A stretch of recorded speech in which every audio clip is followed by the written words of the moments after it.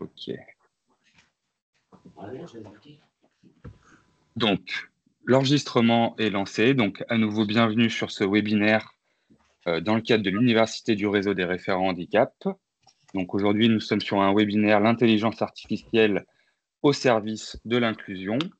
Cette intervention sera réalisée principalement par Philippe Trottin, qui se présentera dans quelques minutes. Je me représente avec l'enregistrement, c'est mieux. Donc, pour ma part, je suis Grégoire Prévost, chargé d'études et développement pour la GIFIP délégation Nouvelle-Aquitaine. Je suis référent sur tous les sujets qui touchent à la compensation et l'accessibilité en formation dans ma région. Et on dirait deux mots enfin sur ce qu'on appelle au sein de la GIFIP la ressource handicap formation. Sur le déroulement, donc nous sommes ensemble sur un webinaire d'1h30, donc de 9h à 10h30. Nous vous remercions de maintenir vos micros coupés le cas échéant. On les coupera le temps de l'intervention de Philippe pour éviter les nuisances sonores, évidemment. Nous vous invitons à ne pas hésiter à utiliser, donc vous avez en haut de votre écran un petit onglet Q et R qui correspond à questions et réponses. Donc à ne pas hésiter à utiliser ce module pour inscrire vos questions. Nous prendrons un temps en fin de webinaire pour répondre le plus possible aux questions que vous aurez pu poser. Le cas échéant, en fonction de la nature de vos questions, nous prendrons peut-être des petits temps aussi pour prendre quelques questions entre les chapitres et les temps d'intervention de Philippe. Sur les éléments logistiques, je pense qu'on est pas mal. Donc aujourd'hui, Philippe Trottin donc, de Microsoft va nous parler de l'intelligence artificielle et des solutions numériques donc, au service de l'inclusion, au service de l'accessibilité des formations. Ce webinaire vise à vous faire découvrir en quoi l'intelligence artificielle, vous le verrez, est déjà probablement présente dans vos organismes, dans vos organisations.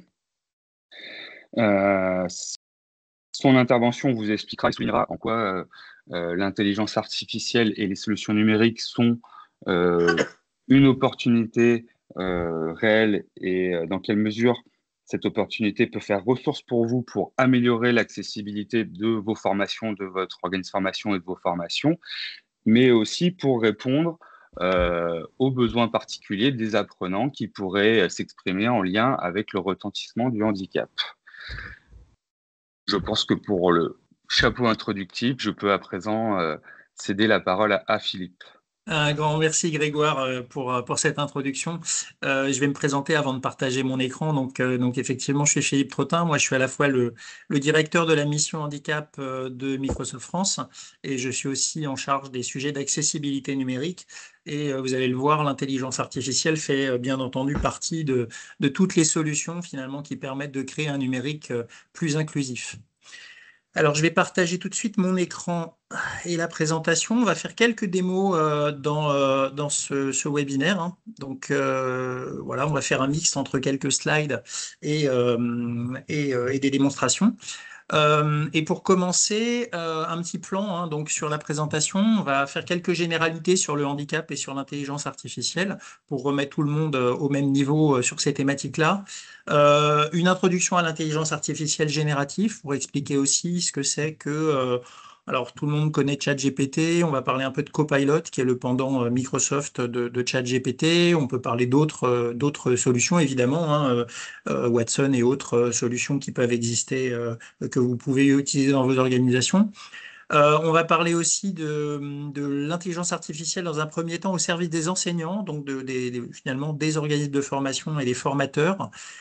Et puis ensuite, on va parler d'intelligence artificielle au service des apprenants en situation de handicap. Donc on a vraiment deux volets, un volet autour finalement des enseignants et puis un volet autour des apprenants. Alors sur les généralités, on va essayer d'aller assez vite, hein. Donc on est dans un environnement dans lequel le numérique devient de plus en plus présent et parallèlement, en tant que référent handicap, on voit qu'on a davantage de situations de handicap à adresser dans les organisations, quelles qu'elles soient.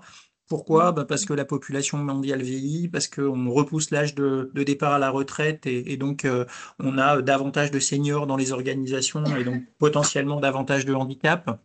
On reconnaît aussi davantage certains types de handicap, hein. On peut parler de neurodiversité notamment, sur lequel il y a une grosse avancée en ce moment. Des sujets autour évidemment du chômage, hein, puisque l'objectif c'est aussi de pouvoir s'assurer lorsque l'on va recruter une personne dans une organisation qu'elle puisse disposer de tout l'environnement inclusif possible. Et puis, dans la partie éducation, on a aussi un certain nombre d'apprenants, alors pas forcément au niveau des organismes de formation, mais plutôt chez les jeunes, au niveau des écoles. C'est un peu plus compliqué, entre guillemets, d'intégrer un certain nombre de situations de handicap, parce que les écoles ne sont pas prêtes à ça. Donc l'accessibilité, finalement, c'est ce vecteur de l'inclusion numérique. On ne va pas faire un cours sur le handicap, mais on a évidemment à faire face à de nombreuses situations très différentes et potentiellement cumulatives, avec 80% de handicap invisible et quasiment une personne sur 6, une personne sur 7 en situation de handicap permanent. Quand on va parler, j'aime bien mettre ce slide aussi, quand on va parler de personnes handicapées à côté de personnes en situation de handicap, nous, ce qui va nous intéresser, c'est finalement les conséquences du handicap sur les usages. C'est pas finalement est-ce que la personne est handicapée déclarée, même si c'est important. On peut très bien se retrouver finalement en situation de handicap de par un environnement qui n'est pas inclusif, hein. Faites le test, hein, vous éteignez chez vous, vous n'êtes pas non-voyant et vous essayez de sortir de la pièce sans bousculer vos meubles, vous êtes en situation de handicap, même si vous n'êtes pas handicapé. Donc finalement, nous, ce qui va nous intéresser dans l'accessibilité, c'est de traiter ces conséquences et les difficultés d'usage. Donc les solutions finalement d'accessibilité sont des solutions équitables, hein, pour permettre de compenser un certain nombre de situations de handicap, comme peut l'être un clavier ergonomique, une souris verticale, un siège adapté, etc., etc. Qu'est-ce que l'IA? Quand on va parler d'intelligence artificielle, déjà dans sa définition, on parle d'intelligence artificielle, on essaye finalement d'imiter l'intelligence humaine. Quand on va essayer d'imiter l'intelligence humaine, il y a trois thématiques qui sont associées à cette intelligence. Une première thématique qui est la thématique d'apprentissage. On apprend tous au fil de l'eau, depuis qu'on est né jusqu'à aujourd'hui, on apprend. Et on va essayer de faire la même chose avec la machine, c'est-à-dire on va lui fournir des informations pour qu'elle soit en capacité d'apprendre. Et puis éventuellement, on va la corriger si elle se trompe. La notion de perception, on perçoit avec nos sens, on va percevoir différemment entre nous puisqu'on n'a pas forcément les mêmes sens, hein. Une personne malvoyante ou une personne ayant des déficiences auditives ne percevra pas de la même façon le monde qui l'entoure, mais la machine, à travers une caméra, à travers un micro, à travers tout un tas de dispositifs, un clavier aussi, c'est un moyen de percevoir finalement le monde extérieur. Et puis la notion de cognition, la capacité à créer des contenus, la capacité à tirer des conclusions, à faire des synthèses, etc. C'est aussi des choses qui sont liées à l'intelligence humaine. C'est pas nouveau, l'intelligence artificielle, ça évolue. On parle d'intelligence artificielle depuis les années 1950, à travers des algorithmes mathématiques, à travers des capacités de machine learning dans les années 90, où les machines pouvaient commencer à apprendre parce qu'elles avaient suffisamment de matériel pour le faire, hein, capacité de stockage, capacité de calcul. Et puis on arrive avec le deep learning sur quelque chose qui imite beaucoup plus le fonctionnement du cerveau humain. Et on parle depuis 2 ans d'IA générative, on parle de ChatGPT, on parle de ces solutions-là, donc qui sont finalement l'évolution logique de ce que l'on fait avec l'intelligence artificielle. Un petit point, parce que quand on parle d'IA, on a souvent maintenant tendance à penser IA générative systématiquement, mais il ne faut pas oublier que dans les fonctionnalités que l'on a déjà aujourd'hui, la reconnaissance d'objets, la reconnaissance de la parole, là, vous êtes dans Teams et vous avez du sous-titrage, typiquement, c'est de l'intelligence artificielle. La capacité à lire de l'information avec une synthèse vocale, de traduire de l'information, tout ça, c'est des choses qui sont aussi et qui s'appuient beaucoup sur les algorithmes mathématiques d'intelligence artificielle.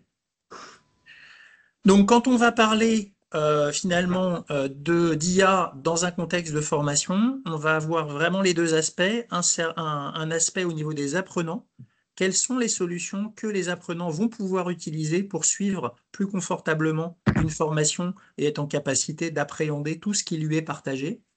Et pour les enseignants, la capacité à utiliser l'intelligence artificielle pour créer des cours, être plus interactif, finalement améliorer la capacité aussi à délivrer l'information.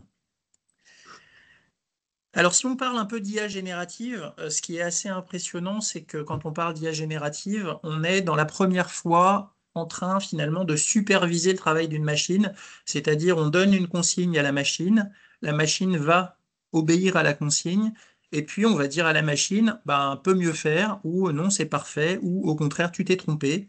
Et en fonction évidemment de l'information que l'on va lui fournir, d'un contexte peut-être complémentaire qu'on va lui fournir, la machine sera en capacité de s'adapter. Et donc, on est vraiment dans un mode de fonctionnement où on supervise finalement ce que la machine va créer.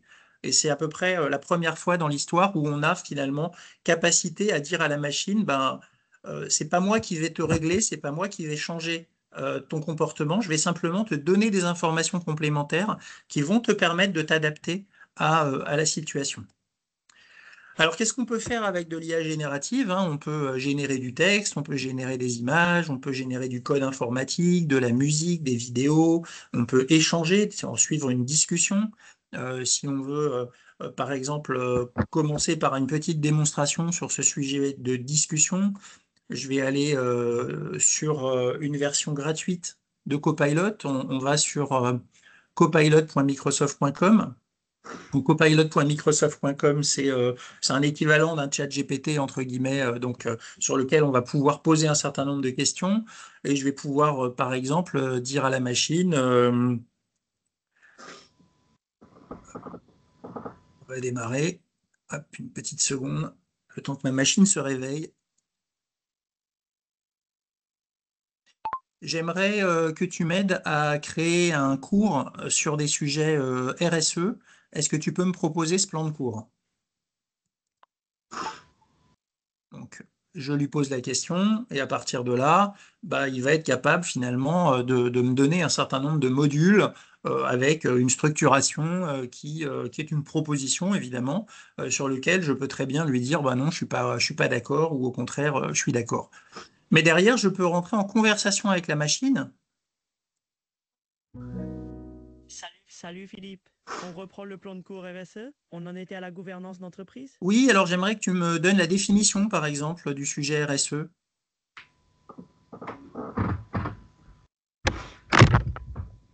Alors, il y a des gens qui n'ont pas coupé leur micro à distance, donc si vous pouvez le faire, je pense que ça marchera mieux, parce qu'il doit être perturbé par des micros externes. Si tu veux venir voir ce que c'est. Est-ce que vous pouvez couper vos micros, s'il vous plaît? Ouais. Ou Grégoire, si tu peux t'en occuper. Oui, je le fais régulièrement. En fait, dès qu'il y a une perturbation audio quelque part, la machine, évidemment, attend de l'information complémentaire. Je repars sur ma démo. Microsoft qui est là pour étaler sa pub. N'étale pas vraiment notre pub, mais j'aimerais bien que le micro soit coupé. Merci d'avance. Handicap, c'est même pas pour l'inclusion, c'est Microsoft. S'il vous plaît, est-ce que vous pouvez couper le micro? Merci d'avance.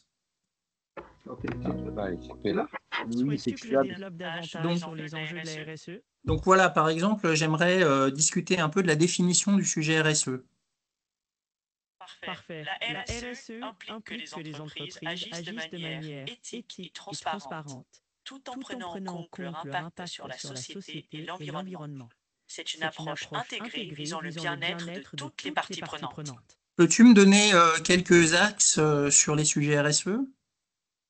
Tout à fait. On peut aborder les axes suivants: l'éthique des affaires, le développement durable, la gestion des ressources humaines et l'engagement communautaire.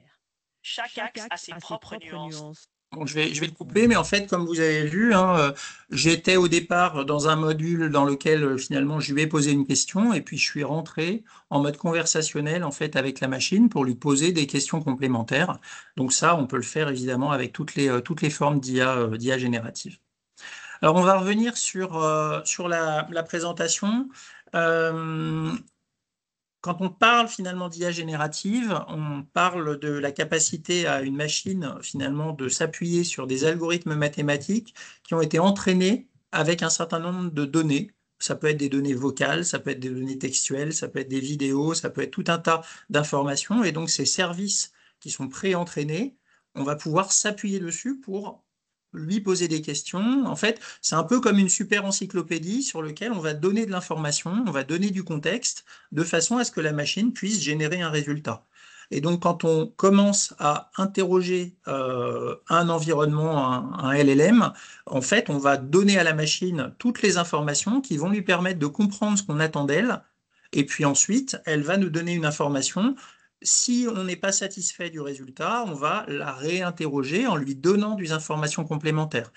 La machine ne va pas, les prompts, donc les interrogations que l'on va avoir vis-à-vis de la machine, ne vont pas influencer du tout la façon dont ces algorithmes ont été entraînés, mais va simplement, dans le contexte de la question de l'utilisateur, permettre de fournir de l'information complémentaire pour obtenir une information plus pertinente. Donc c'est vraiment ça le modèle de fonctionnement de l'IA générative. Alors, qu'est-ce qu'on peut faire à travers l'IA générative? On peut résumer de l'information, on peut créer de l'information, on peut rechercher de l'information. Donc, c'est vraiment les trois grandes briques, finalement, que l'on peut utiliser quand on va utiliser de l'IA générative. Petite comparaison entre finalement un moteur de recherche et de l'IA générative, c'est que dans un moteur de recherche, le mode de fonctionnement, c'est plutôt de lui donner un certain nombre de mots-clés et puis il va s'appuyer sur ces mots-clés pour rechercher des pages qui ont été indexées par rapport à ces mots-clés. Dans l'IA générative, le but finalement, c'est de vraiment lui parler comme on parle à un humain, parce qu'il est fait pour. C'est-à-dire si on se contente de lui donner des mots-clés, finalement le résultat ne va pas être très très bon. Donc il faut vraiment l'interroger comme on interroge quelqu'un. Dans un moteur de recherche, on peut avoir certaines considérations économiques qui sont liées aux résultats de la recherche, puisqu'on peut finalement pondérer les résultats en fonction de considérations. On sait que, par exemple, sur des moteurs comme Google, on va acheter des mots-clés pour pouvoir apparaître en tête de liste quand on va, par exemple, faire une opération marketing particulière. Donc, le modèle finalement d'un moteur de recherche, c'est nous fournir des liens dans un ordre qui est défini par le fournisseur de ces liens. Et lorsqu'on clique sur un lien, on a accès à l'information. Et donc, on va nous-mêmes lire l'information et apprendre de l'information qu'on aura lue pour pouvoir restituer finalement un résultat. Dans l'IA générative, le modèle est différent. On va interroger la machine qui va elle-même lire l'information, va apprendre sur cette information et va nous fournir un résultat en nous donnant un certain nombre de pointeurs pour nous permettre d'aller vérifier l'information source qui lui a permis de générer le résultat. Donc c'est vraiment différent d'un point de vue philosophie. Ça veut dire que de temps en temps, on se contente du résultat quand on utilise de l'IA générative, alors qu'en fait, il faudrait aussi de temps en temps aller vérifier le résultat qui est généré, parce qu'on peut se tromper. Alors quand on va parler je fais une petite aparté sur Copilot pour préciser un peu. Quand on parle d'IA générative, si on parle de ChatGPT, si on parle de Watson, si on parle de Copilot en version gratuite, on peut interroger l'environnement qui va s'appuyer sur les données du cloud, donc toutes les données qui sont disponibles sur Internet. Copilot a une petite spécificité en plus, c'est l'intégration dans les outils de la suite Office de possibilités d'interroger à la fois le cloud, mais aussi toutes les données qui sont manipulées dans l'environnement Microsoft 365, donc ces mails, ces documents, les transcriptions de réunions, voilà, tout un tas de choses qui sont disponibles puisque vous manipulez ces données vous-même dans votre environnement, et donc on peut s'appuyer sur ces données pour interroger l'environnement. Voilà. C'est le seul aparté sur cette partie Copilot. Dans toutes les démonstrations qu'on va faire, on va s'appuyer sur des choses qui sont possibles, quel que soit finalement l'environnement d'IA génératif que l'on souhaite utiliser. J'ai mis quelques phrases historiques parce que je trouve que ça pose bien le débat. Einstein disait, si j'avais 1 heure pour résoudre un problème et que ma vie en dépendait, je passerais les 55 premières minutes à déterminer la question appropriée à poser, car une fois que je connais la question correcte, je peux la résoudre en moins de 5 minutes. Et effectivement, c'est ça qui est important quand on va finalement interroger une IA générative, c'est s'assurer que l'on pose correctement le problème à la machine. Si on ne lui donne qu'une information très parcellaire, le résultat sera vraiment mauvais. Donc, quand on va interroger ces environnements, on va fournir différents éléments, on va fournir l'objectif, qu'est-ce que l'on attend, le contexte, à quoi ça va servir, le résultat, à quoi il va être utilisé. C'est pas la même chose si mon objectif c'est de créer un document, ou si mon objectif c'est de créer un post sur les réseaux sociaux, ou si mon objectif c'est d'être utilisé dans un support de cours, par exemple. Est-ce que j'ai une source de données particulière sur laquelle je dois m'appuyer, ou est-ce que je m'appuie simplement sur les données d'Internet ? Et quelles sont mes attentes? Comment Copilot peut répondre, ou comment l'IA générative, de façon plus générique, peut répondre en fait au mieux à mes attentes. Voilà. Et donc, on va commencer à fournir ces éléments, et puis éventuellement, on va compléter dans la conversation en fournissant des éléments supplémentaires. Donc ça, c'est des choses que je vais vous montrer juste après en termes de scénario d'usage. Il faut être conscient que le résultat peut être erroné et donc il faut être critique par rapport au résultat qui est fourni. On peut induire des erreurs involontairement de par la façon que l'on a d'interroger l'IA. À une époque, alors ça a été corrigé depuis, mais à une époque, je pouvais lui demander, est-ce que tu peux me parler du cheval vert d'Henri IV? Il va me parler du cheval vert d'Henri IV, on lui apprend à parler, on lui apprend à donner une réponse systématiquement. Mais en l'occurrence, l'histoire, c'est pas ça. L'histoire, c'est qu'Henri IV avait un chapeau vert sur un champ de bataille. On lui a dit dans le prompt qu'il avait un cheval vert. Il s'est pas remis en question et donc il va nous raconter l'histoire du cheval vert. Voyez? Et donc, en fait, le résultat, de temps en temps, peut être complètement erroné. De la même façon, si je demande un résultat d'une équation, par exemple, mathématique à des solutions d'IA générative, il peut y avoir une erreur dans le résultat. Si je demande à l'IA générative, est-ce que tu peux m'expliquer la démarche qui te permet d'obtenir le résultat? En fait, le résultat va devenir bon, simplement parce qu'on aura dit à la machine de dérouler un certain processus pour obtenir le bon résultat. Donc voilà un exemple de prompt, agissez comme un assistant, donc on lui demande de jouer un rôle. Qui décompose des sujets complexes en explications faciles. Je veux que vous expliquiez le processus de la photosynthèse, ça c'est l'objectif, je veux que l'IA fasse ça. Par exemple, à des élèves de 17 ans, c'est l'audience. Pour aider à la préparation d'examens de biologie, c'est un contexte.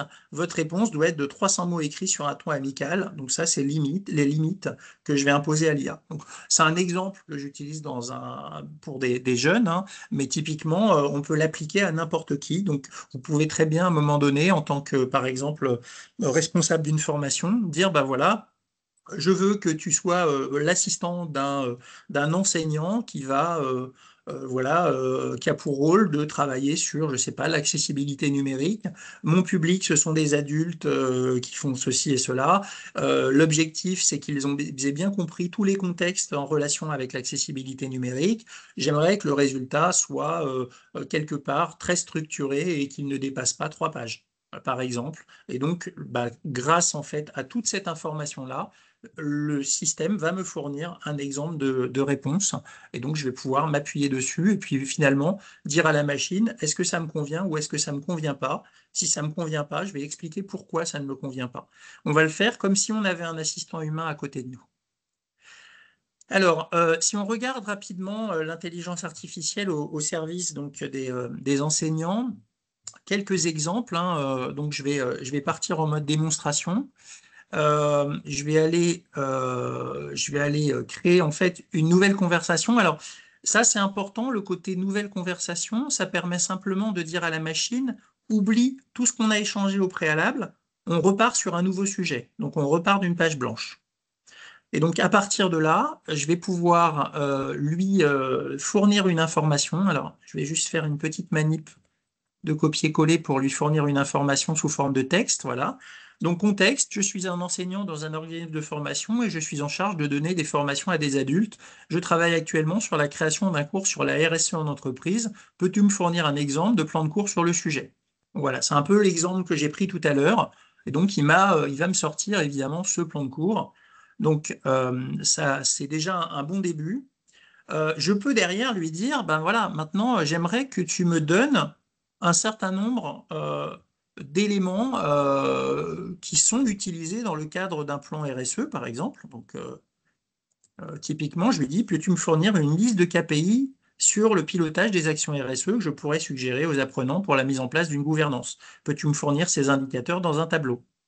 Donc, je lui ai donné la forme. La forme, c'est un tableau. Je lui ai donné les éléments dont j'avais besoin, donc mes indicateurs. Il les a catégorisés, environnement, social, économique. Il m'a sorti les indicateurs et il m'a donné une petite description associée à chacun des indicateurs. Donc ça, c'est des exemples assez simples. Et évidemment, en tant qu'enseignant, dans la préparation de ces supports, on va pouvoir utiliser ces informations pour créer ces supports. Si on continue, on va être aussi en capacité de pouvoir ne pas s'appuyer sur forcément tout ce qui existe sur Internet, mais s'appuyer sur ses propres contenus. Alors, cette partie-là, c'est aussi une petite digression parce que c'est un sujet qui ne fonctionne que pour des personnes qui veulent finalement investir dans la création d'agents. Donc un agent, c'est finalement une IA personnelle que l'on se crée qui va s'appuyer sur ses propres données. Donc je vais donner des exemples. Moi, je suis enseignant dans des masters, par exemple. Donc ici, j'ai un certain nombre d'écoles dans lesquelles j'interviens. Donc j'interviens notamment à l'Université de Paris-Créteil sur le DU de référent handicap, donc sur lequel j'ai un certain nombre de cours que j'ai pu donner. Ou alors je vais intervenir, par exemple, dans une business school à l'ESCE sur des cours RSE, par exemple. C'est pour ça que je donne un peu ces exemples. Donc ça, c'est très bien. Je me suis créé dans ce contexte-là un agent qui s'appelle professeur assistant, qui s'appuie sur ces données-là. Et donc à partir de là, je vais pouvoir lui poser des questions. Est-ce que tu peux me donner la définition du sujet accessibilité numérique? Donc, je lui pose la question. Et donc là, il ne va pas aller sur Internet pour récupérer l'information. Il va essayer de trouver la réponse dans les données que moi-même j'ai publiées dans un environnement SharePoint sur lequel j'ai publié. Et là, il m'a sorti le document dans lequel il a trouvé cette définition. Voilà. Et donc, ça me permet quelque part de pouvoir aller accéder directement à mon document sans problème. Donc ça, c'est un exemple d'usage aussi qui peut être assez pertinent. Si on complète ce que l'on peut faire en tant qu'enseignant, on va pouvoir aussi utiliser de l'IA pour finalement créer des questionnaires à ses apprenants. Est-ce que tu peux me fournir une liste de questions pour évaluer mes apprenants? Je souhaiterais 5 questions, dont 2 à choix ouvertes, et les autres sous forme de QCM avec 3 réponses aux questions. Et à la fin, est-ce que tu peux me fournir les réponses? Parce que j'aurai besoin des réponses pour pouvoir faire mes corrections. Donc là, il va me créer mon QCM avec mes 2 questions à choix ouverts, mes trois questions à choix multiples, et puis il me donne à la fin les réponses pour les questions à choix multiples. Donc ça, c'est des exemples intéressants. Ce qui peut être intéressant dans un cadre handicap, puisqu'on est quand même en train de parler d'inclusion, c'est la possibilité finalement de dire à l'IA, est-ce que tu peux me simplifier une information? Je vais donner là encore un exemple. Peux-tu me donner la définition de RSE? Donc là, il me donne une définition, mais si je considère que la définition est un peu complexe, je peux très bien lui dire, est-ce que tu peux me définir la partie RSE, mais de façon beaucoup plus simple, et j'aimerais que ta réponse soit structurée sous forme de liste à puces. Et donc, à partir de là, il va être capable de me fournir quelque chose de plus simple à comprendre et de façon beaucoup plus structurée. Donc, si on a par exemple des apprenants qui ont certains troubles cognitifs ou certains handicaps mentaux, le simple fait de leur simplifier l'information et de leur fournir ça de façon extrêmement structurée va leur simplifier la vie. Voilà. Donc ça, c'est des exemples assez concrets de ce que l'on peut faire avec ces solutions d'IA générative. Au passage, on peut aussi, à travers des solutions type Copilot, on peut aussi, par exemple, alors là, ça nécessite d'avoir une licence, on va pouvoir aussi demander à Copilot, par exemple, de créer une présentation, donc de créer directement des slides en s'appuyant, par exemple, sur un fichier. Donc là, je vais lui dire, est-ce que tu peux me créer une présentation? Et je vais lui donner le fichier. Donc voilà, j'ai un support de cours sur les sujets RSE, donc normalement, il devrait trouver en fait le fichier. Alors, je vais voir ce que j'ai à disposition. Voilà, j'ai par exemple un guide des bonnes pratiques sur l'accessibilité numérique que l'on a fait avec le Manifeste Inclusion, donc qui est un guide. Si vous êtes intéressé par l'accessibilité, je vous engage à aller le récupérer sur le site du Manifeste Inclusion, la sortie il y a 2 semaines. Et donc, il va s'appuyer finalement sur ce guide pour pouvoir structurer une présentation, structurer un support, ce qui va me permettre de gagner du temps et d'éviter que j'ai besoin de générer tout ce support moi-même. Donc, on va attendre qu'il ait fini de récupérer ces informations-là. Voilà, donc là, il me propose une structuration, donc en s'appuyant sur le document que je lui ai fourni, et je vais lui dire, est-ce que tu peux me générer les diapositives correspondantes? Donc, dans un premier temps, dans la mesure où il a structuré le cours, il va aller créer des diapositives et il va commencer par rajouter des titres aux différentes diapositives. Donc là, c'est ce qu'il est en train de faire. Donc, on va le laisser faire. La deuxième étape va consister à aller rajouter le contenu des diapositives et ensuite il va me fournir le résultat et je vais pouvoir m'appuyer sur ce résultat par exemple pour créer mon cours. Donc là voilà, il a créé les diapositives, il ajoute les titres, on va le voir derrière, rajouter les contenus. Alors j'aurais pu évidemment dans ma consigne lui dire je veux que tu limites le résultat à 5 slides ou à 10 slides. Et donc là, dans ces conditions, il aurait évidemment limité. Là, je lui ai dit, vas-y, prends le document fourni et fais-moi une présentation sur la base de ce document. Donc évidemment, c'est beaucoup plus long puisque là, il va être exhaustif par rapport au document que je lui ai fourni. Alors, c'est un document qui fait quand même 80 pages. Vous allez voir, donc allez, on va dire 2 minutes, il m'a quand même généré la présentation. Voilà. Et donc là, j'ai une présentation sur l'accessibilité. Donc, si je reprends cette présentation et que je me mets en plein écran, guide des bonnes pratiques, le plan de la présentation, l'introduction à l'accessibilité, qu'est-ce que l'accessibilité, quels sont les paramètres associés, l'expertise nécessaire, etc., etc. Donc tout ce qu'on trouve en fait dans le document de base, il a été capable de me le structurer, donc recrutement, maintien dans l'emploi, etc., etc. La gouvernance, les acteurs, donc voilà. Donc, il m'a fait 40 slides en fait sur cette présentation. Donc voilà des exemples un peu concrets sur comment finalement, en tant qu'organisme de formation, en tant qu'enseignant, on peut finalement générer un certain nombre de contenus et s'adapter. Donc dans les adaptations en tant que finalement formateur, si on parle de formation et de handicap, le point qui va être important, bien entendu, c'est de s'assurer que les messages sont structurés, sont simples, et que derrière, les supports que l'on génère soient des supports accessibles. On va reparler peut-être de cette partie-là juste après, mais l'accessibilité des supports, c'est extrêmement important par rapport au public qui est potentiellement ciblé par ces formations. Et donc, on va pouvoir aussi utiliser l'IA générative, par exemple, pour aller décrire les images d'un support de cours. Exemple, je vais ici aller charger une image. Donc, je vais ici choisir une image. Alors, je vais prendre, je sais pas, j'ai jamais testé celle-là. Et je vais lui dire, peux-tu me faire la description de cette image? Et donc là, il va prendre l'image et il va aller me générer la description. Donc si j'ai besoin dans un support d'utiliser cette image, bah, je peux très bien derrière faire un copier-coller de ce contenu pour avoir une description associée à l'image et donc faire que mon support de cours soit plus accessible. Pareil, imaginons que cette image, elle soit destinée à être publiée sur les réseaux sociaux. Bah, quand je publie une image sur les réseaux sociaux, j'ai aussi un champ alternatif pour décrire l'image. Bah, je peux très bien récupérer cette description pour pouvoir la mettre directement dans mon post sur les réseaux sociaux. Voilà, donc ça, c'est des exemples d'utilisation finalement de l'IA générative. Alors, on va rentrer sur les solutions qui sont disponibles pour des apprenants en situation de handicap.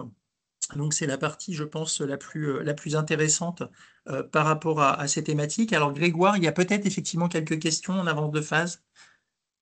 Alors oui, je pense que ça pourrait être utile d'en prendre quelques-unes. Alors je les ai pas toutes, il y en a pas mal qui se recoupent, mais il me semble qu'on peut peut-être en prendre quelques-unes maintenant. Bien sûr.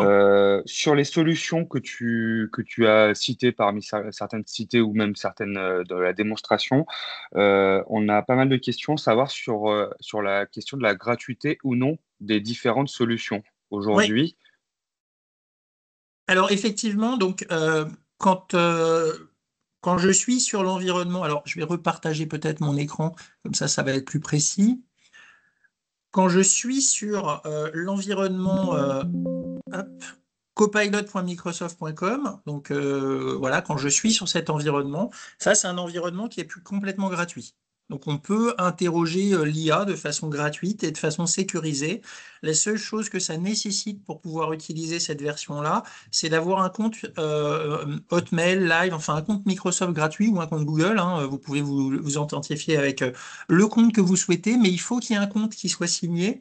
Pourquoi? Simplement parce que l'on crypte les informations entre votre ordinateur et les serveurs qui vont répondre à votre demande.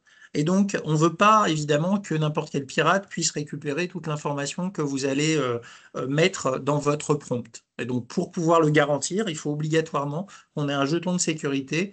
Donc, c'est la nécessité de se signer. Ça veut dire que si je ne me signe pas, bah, je n'aurai pas l'accès, en fait, à cette information.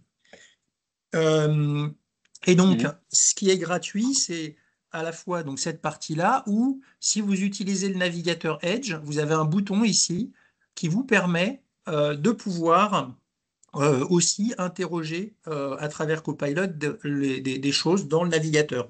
Alors, à quoi ça sert? Imaginons que j'ouvre un PDF, par exemple, sur la partie gauche de mon navigateur.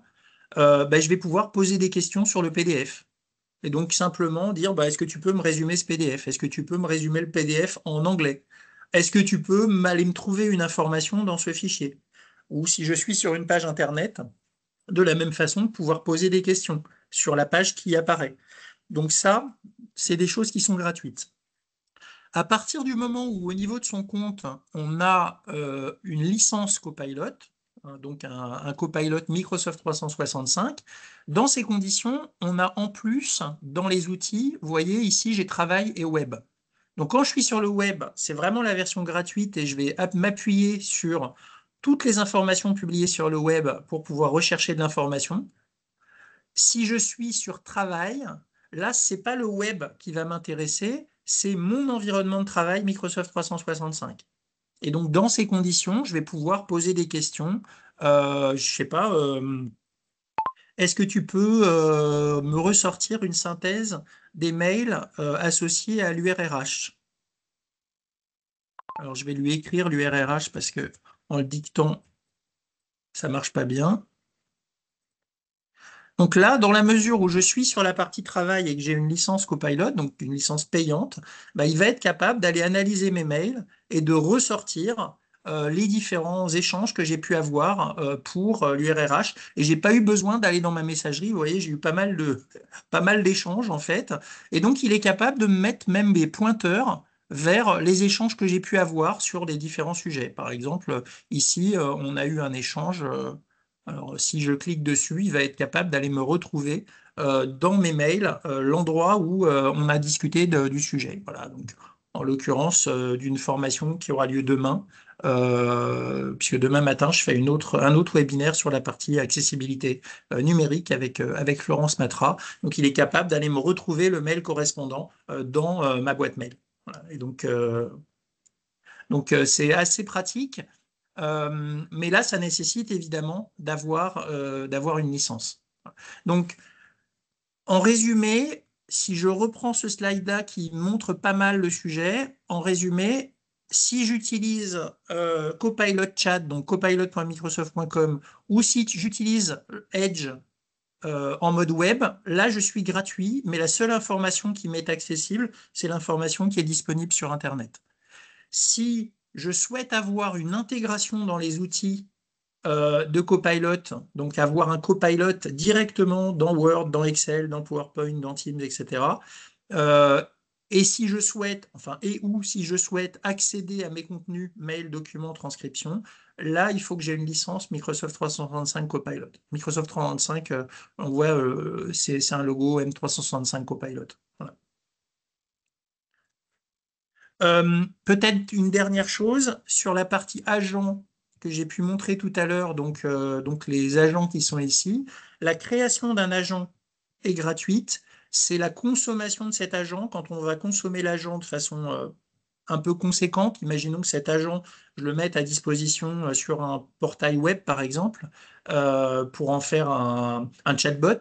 Bah là, typiquement, ensuite, on va devoir payer à l'usage de cet agent. Donc, la création est gratuite. Quand on l'utilise juste pour faire des tests, ça reste gratuit. Si on veut le publier à destination de création d'un chatbot, là, ça devient payant. Est-ce qu'il y a d'autres questions, Grégoire? Oui, alors il y en a quelques-unes, mais parmi les choses que tu as évoquées, on a plusieurs questions sur. Tu parlais de cryptage et de création de compte tout à l'heure sur ta démo. Oui.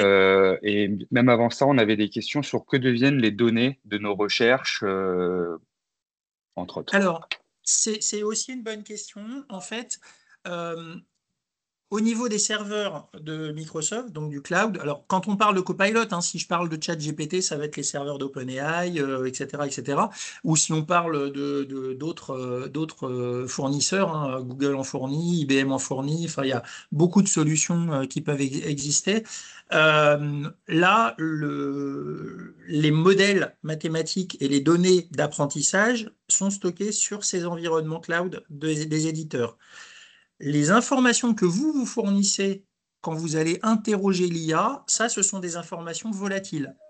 Et comme je vous l'ai montré tout à l'heure, quand on va interroger l'IA, on a moyen à un moment donné de lui dire, bah, je veux démarrer une nouvelle conversation. Quand on démarre une nouvelle conversation, c'est ce qu'on voit ici avec nouveau, il oublie tout. Donc en fait, c'est complètement volatile, c'est oublié. Alors, quand on est en local sur son ordinateur, il va garder un certain nombre d'éléments en local sur son ordinateur. C'est pas des choses qui sont stockées sur le web. Il va garder un certain nombre de prompts que l'on peut éventuellement mémoriser si on souhaite les mémoriser. Mais c'est pas utilisé pour modifier le comportement du moteur en lui-même. Voilà. Donc, autre chose qui est importante, c'est que quand vous faites un prompt et que vous envoyez ce prompt sur des serveurs, rien n'est enregistré sur disque. Ça n'est que mémoire. Ça veut dire que, imaginons qu'il y ait quelqu'un il y ait une intrusion, par exemple, sur les serveurs cloud de Microsoft et que quelqu'un vole une machine, ben, il ne retrouvera aucune des données de vos prompts sur cette machine. A contrario, si vous êtes un abonné à Microsoft 365 et vous stockez sur des SharePoint, sur des OneDrive de l'information, ces informations-là, elles sont stockées sur disque. Donc l'IA ne modifie en rien le comportement de sécurité de ces données. Est-ce qu'il y a d'autres questions par rapport à ça? Grégoire? Oui, excuse-moi, je Non, non, je surfe t'en prie. entre les participants, les micros et les. Oui, oui, oui, non, mais c'était du coup, voilà, savoir où allaient les données, sur la sécurité, et puis il y avait des notions aussi, était évoquée la question de la propriété intellectuelle, puisqu'il peut y avoir des supports de cours qui sont créés, ou des éléments de réflexion qui sont mis dans l'IA, et voilà, il y avait aussi des Il y questions a en un la matière. il y a un double problème par rapport effectivement à ces notions-là, c'est que déjà, il y a beaucoup de demandes de la part des principaux fournisseurs de solutions d'IA que la réglementation soit plus précise. On voit par exemple qu'Apple a pris du retard dans la publication en Europe de ses solutions d'intelligence artificielle sur ses téléphones. C'est simplement parce que les textes de loi ne sont pas sortis et que donc on ne sait pas aujourd'hui quelles sont les décisions qui vont être prises au niveau gouvernemental pour euh, je vais donner des exemples. Vous allez sur un site internet et vous voyez des jolies photos qui ont été prises par un photographe. En voyant ces photos, en tant qu'humain, vous apprenez comment le photographe a pris ces photos. Et donc, si vous prenez vous-même votre appareil photo, vous pouvez imiter le photographe pour prendre des points de vue un peu identiques, avec quelque chose qui pourrait ressembler à ce que le photographe va faire. L'IA, c'est ce qu'elle va faire. Si on lui dit analyse toutes ces photos, elle est capable d'apprendre à créer des photos comme ce photographe-là. Et donc, quelque part, elle a appris de ces informations. Maintenant, ces informations pourraient très bien contenir un petit filigrane qui dit bah, ne pas réutiliser la photo. L'IA, elle ne réutilise pas la photo, elle apprend simplement à créer des photos identiques. Enfin, en tout cas, pas identiques stricto sensus, mais à s'inspirer des photos qu'elle a vues pour apprendre à faire des photos à peu près identiques. Ben là, aujourd'hui, il n'y a pas de législation qui dise est-ce que l'IA a le droit d'apprendre. Les éditeurs considèrent qu'à partir du moment où c'est disponible sur Internet, on peut s'appuyer sur ces données pour entraîner les intelligences artificielles. Mais aujourd'hui, il y a des flous parce que ces données, on pourrait considérer dans certaines situations que dans la mesure où il y a un filigrane, cette photo ne doit pas être utilisée pour que l'IA puisse s'entraîner dessus. Voilà. Donc ça, c'est un exemple. Et puis la deuxième chose dans la propriété intellectuelle, c'est vous créez du contenu Donc vous êtes vos propres maîtres du contenu qui a été généré. Ce n'est pas le fournisseur qui fournit l'IA, qui est propriétaire de ces données. C'est vous-même qui êtes propriétaire des données, sauf contre-indication de certains éditeurs qui pourraient dire bah non, si vous utilisez ma solution, quelque part, je reste maître des données concernées. Mais pour l'instant, en tout cas, les grands éditeurs n'ont pas du tout cette position-là. Ils ont plutôt tendance à dire bah, vous êtes maître du résultat et vous êtes propriétaire de ce résultat. Voilà. Est-ce qu'il y a d'autres questions? Sans ça, on va continuer le. Je propose de continuer. Oui. Je continue à essayer de trier les questions pour de les partager au fur et à mesure. Ok, ça marche. Alors, on va revenir sur la présentation et je vais revenir sur le chapitre concernant, alors pardon, pas ce chapitre-là justement, concernant les apprenants en situation de handicap, parce que je pense que ce que vous avez compris, hein, c'est que à travers l'IA pour les enseignants, on va principalement aider l'enseignant à créer ses contenus et l'adaptation de ces contenus au public qu'il va adresser va lui permettre d'avoir de la description d'image, de correctement structurer son cours, de le simplifier si nécessaire, de simplifier des concepts si certains concepts sont un peu complexes à comprendre pour certaines formes de handicap, à s'adapter à des sujets de neurodiversité. Donc voilà. Si maintenant on se met dans la position de l'apprenant en situation de handicap, en définitive, l'IA, elle permet évidemment d'étendre les difficultés rencontrées par des personnes en situation de handicap. Le simple fait, par exemple, de reconnaître de la parole, de reconnaître une image, de pouvoir interagir en langage naturel, comme on l'a vu avec des solutions comme Copilot, ChatGPT, Watson, etc. Typiquement, ça offre un certain nombre d'opportunités pour des gens qui ont déjà vu mes webinaires. Je le présente assez régulièrement. Le fait de ne pas pouvoir, par exemple, voir une image parce qu'on est mal ou non-voyant, mais de pouvoir transformer cette image en son, apporte évidemment un bénéfice certain pour les utilisateurs. Et donc, je vous invite à utiliser une solution comme Seeing AI, par exemple, qui utilise de l'IA générative. On prend une photo et la photo, elle est décrite à l'utilisateur de façon extrêmement précise. Donc, ça offre vraiment ce type de possibilités. Le fait de capturer un son comme sur Teams et de proposer un sous-titrage, là aussi, ça apporte un bénéfice. J'étais hier avec un jeune de troisième qui était sourd chez Microsoft. On a passé la matinée ensemble, pardon, on a mangé ensemble. Typiquement, on a utilisé nos téléphones et la dictée vocale pour pouvoir échanger parce que j'avais pas d'interprète en langue des signes, en l'occurrence ce jour-là. Et donc, il a fallu que je trouve une solution. Ou le fait de capturer une langue et de pouvoir traduire. Là encore, on n'est pas sur des situations on n'est pas sur du handicap en tant que personne handicapée, mais on est sur une situation de handicap où un apprenant, par exemple étranger, pourrait avoir du mal à comprendre ce que l'enseignant va lui délivrer comme message, simplement parce qu'il ne parle pas bien la langue. Et là, on a des solutions qui vont aussi pouvoir régler ce problème-là. Donc, quelques exemples de solutions dans l'accessibilité. On a énormément finalement de solutions qui peuvent exister et qui utilisent de l'intelligence artificielle. Alors, je vais en faire quelques démonstrations rapides. Si on va ne serait-ce que dans Windows, donc en faisant Windows U, on a deux solutions qui utilisent de l'intelligence artificielle, notamment un sous-titre en direct. Alors, je l'ai beaucoup utilisé hier par rapport à l'apprenant qui était avec moi. Donc, je vais mettre cette fenêtre en fait en dessous de l'écran. Donc, je peux lui définir sa position. Je lui ai indiqué que j'étais en train de parler en français et je vais rajouter en fait mon micro. Et donc, à partir de là, globalement, tout ce que je vais dire, en fait, va être dans cette fenêtre. Et donc, je peux faire des démonstrations à une personne sourde ou malentendante qui a capacité à lire. Je vais pouvoir utiliser ça pour lui proposer un sous-titrage, voilà, sans avoir besoin d'un outil comme Teams ou autre. Je vais directement, en fait, l'avoir dans mon environnement Windows. Alors, de la même façon, hein, je fournis une vidéo, par exemple. Je fournis par exemple. Oui, Excusez-nous, pardon. on ne voit pas ce que vous faites en fait. Ah, vous ne voyez pas l'écran en bas, c'est ça? Non. Ouais. Non. Ah, alors attendez. Est-ce que vous pouvez recommencer juste pour qu'on puisse le voir? Ouais, parce qu'il est possible qu'il ne soit pas.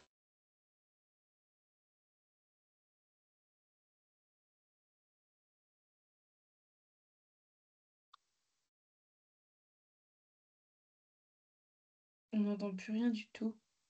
Je ne sais pas si c'est pareil chez vous. Philippe? Oui, c'est pareil, moi j'entends rien. On On l'entend. a perdu sa connexion. Je pense que le... Ah. On a l'impression que tout est bloqué. Vous m'entendez, moi? Oui. D'accord. Je vois Philippe Trottin figé. Je pense que c'est pareil pour vous. Donc, il a dû avoir un souci de connexion. C'est enregistré? C'est enregistré cette conférence? Oui. Alors, j'en profite. C'est enregistré. Donc, vous pourrez aussi revisionner cette brève coupure. J'espère qu'il restera brève.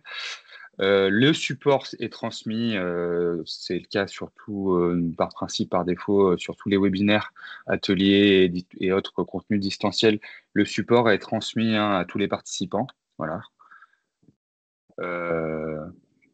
N'hésitez pas à relancer sur les questions, parce que il y a beaucoup de réactions, c'est très bien, c'est l'objet dans le chat. N'hésitez pas si vous voyez que je réponds pas, ça peut être aussi, enfin, je réponds pas, j'ai pas pris toutes les questions, mais n'hésitez pas à relancer si vous voulez absolument qu'on réponde à certaines questions. Effectivement, j'ai cru noter que j'avais pas interrogé Philippe sur des questions en matière de fiabilité des données, mais on aura un temps en fin de webinaire. J'espère que Philippe va réussir à revenir.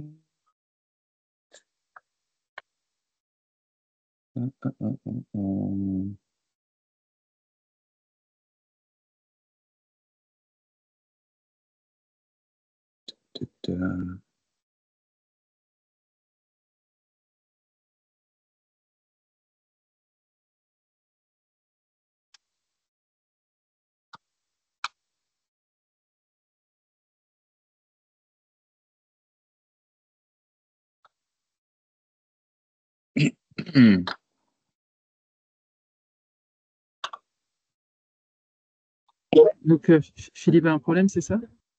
Alors, Philippe il a été figé. Alors, je t'ai écrit parce qu'il y a je pense que tu viens parce que tu as vu mon mail aussi, non? Peut-être?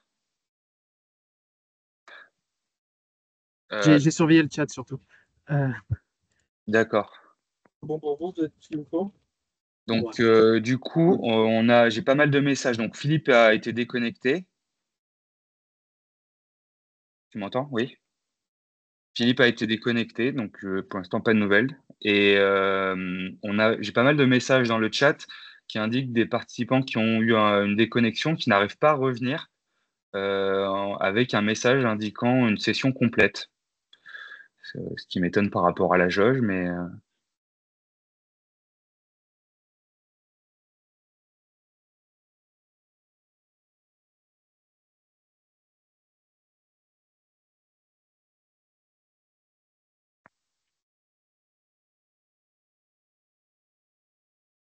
On regarde. Oui, Philippe, on regarde.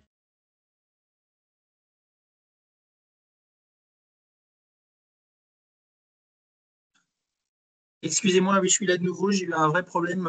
Je pense que j'ai eu un souci réseau. J'ai été déconnecté, donc j'ai pas vraiment compris. Donc, je reprends et toutes mes excuses. Je repartage mon écran. Normalement, ça devrait être bon maintenant. Vous voyez bien mon écran? Oui. Oui, c'est bon. Oui, on voit. Oui, Ok. bon. Donc en fait, quand on va faire Windows U sur son environnement Windows, dans la partie sous-titres, on a donc la partie qui s'appelle sous-titres en direct. Et donc quand on active le sous-titre en direct, ça va ouvrir une fenêtre. Vous voyez cette fenêtre ou pas? Est-ce qu'elle est blanche ou est-ce qu'elle est noire? Elle est blanche. Elle est blanche, donc là vous la voyez Ouais. noire. Maintenant, elle est noire, oui. Voilà, et donc là vous voyez le texte dedans? Oui. Ok, donc ça remarche. Ok, très bien. Donc là, effectivement, j'ai rajouté en fait mon micro. Et donc là, je peux sous-titrer de façon automatique ce que je suis en train de dire. Et donc, si je prends sur mon ordinateur une vidéo ou un fichier son, je vais prendre par exemple un fichier son, je vais enlever mon micro de de la fenêtre. Je vais ouvrir un fichier son. Pardon, excusez-moi. Voilà, donc c'est un fichier comme un fichier de podcast, par exemple. On va le jouer sur l'ordinateur. Voici un exemple de fichier sonore que je peux utiliser pour vous montrer les fonctionnalités de sous-titrage. Et donc, en fait, là, la solution va automatiquement fournir un sous-titrage donc à la personne. De la même façon, si j'ouvre, par exemple, une vidéo et globalement, cette vidéo ne dispose pas de sous-titrage, je vais pouvoir automatiquement proposer un sous-titrage et se préparer justement à accueillir davantage de collaborateurs en situation de handicap dans l'entreprise. Voilà, donc vous voyez en fait, donc c'est un outil qui est assez pratique pour pouvoir faire des démonstrations par exemple, sans forcément être dans un contexte PowerPoint ou Teams ou autre, qui dispose aussi de solutions de sous-titrage. La deuxième fonctionnalité qu'on va retrouver dans Windows, c'est tout ce qui va être lié à la voix. Donc si j'ouvre par exemple un bloc-notes, vous l'avez vu tout à l'heure quand j'utilisais Copilot, j'utilisais beaucoup ma voix pour faire des prompts. Je suis sur mon ordinateur, je vais faire Windows H, et à partir de là, je vais pouvoir en fait utiliser ma voix pour faire de la saisie vocale. Voilà, donc là, c'est pratique. Ça peut permettre de manipuler son environnement de façon assez simple. Imaginons, je suis ici, je cherche à aller, je ne sais pas, sur le site de l'AGFIP. AGFIP. Et donc là, j'ai fait une recherche sur mon navigateur sur AGFIP sans avoir eu besoin d'utiliser mon clavier pour taper AGFIP. De la même façon, je suis dans une conversation, je sais pas, une conversation Teams par exemple. Donc je vais aller ouvrir la partie chat de Teams. Je vais aller par exemple j'ai envie de discuter avec mon alternante par exemple. Je vais pouvoir ici utiliser Windows H. Bonjour Hilary, j'espère que tout va bien pour toi aujourd'hui. Je sais que tu es en semaine de classe, donc on se revoit dès la semaine prochaine. Et donc là, j'ai plus qu'à faire entrer pour lui envoyer le message. Donc là, forcément, ça va à la fois adresser des situations de handicap pour des personnes qui vont avoir du mal à utiliser un clavier, puisqu'ils vont utiliser leur voix plutôt que leur clavier. Mais c'est aussi de la productivité, parce que pour tout le monde, finalement, utiliser sa voix, ça va être beaucoup plus efficace qu'utiliser son clavier. Alors, on va aller dans d'autres exemples. Je vais ouvrir Word, par exemple. J'ai aussi ici un bouton de dictée. Donc là, je vais faire un peu de dictée vocale. Ce qui peut être intéressant dans la dictée vocale, c'est le fait que, par exemple, prenons un apprenant qui a du mal à prendre des notes, il pourrait très bien utiliser Word pour prendre des notes, en tout cas enregistrer ce que le formateur est en train de dire, et ça lui permet d'avoir à la fin de sa session de formation une transcription de ce que le formateur aura pu dire. Alors, il y a un point qui est extrêmement important quand on va faire de la dictée vocale, c'est de ne pas regarder son écran, puisque si une erreur apparaît, on va tout de suite finalement se focaliser sur l'erreur et ne pas être concentré sur ce qu'on veut dicter. Donc, ça va avoir un effet de bord assez négatif. Alors après, là, je suis en train de faire de la dictée vocale. Quand on fait de la dictée, évidemment, on ne parle pas de la même façon que l'on écrit. Et c'est là où on peut avoir un intérêt à utiliser aussi des solutions d'IA générative. Donc, je suis moi-même dysorthographe. Typiquement, j'utilise souvent la dictée vocale. Et en complément, je vais demander à des solutions type Copilot de me proposer de reformuler ce que j'ai dit, mais de façon différente. Et donc là, il va me proposer 3 façons de reformuler la même chose.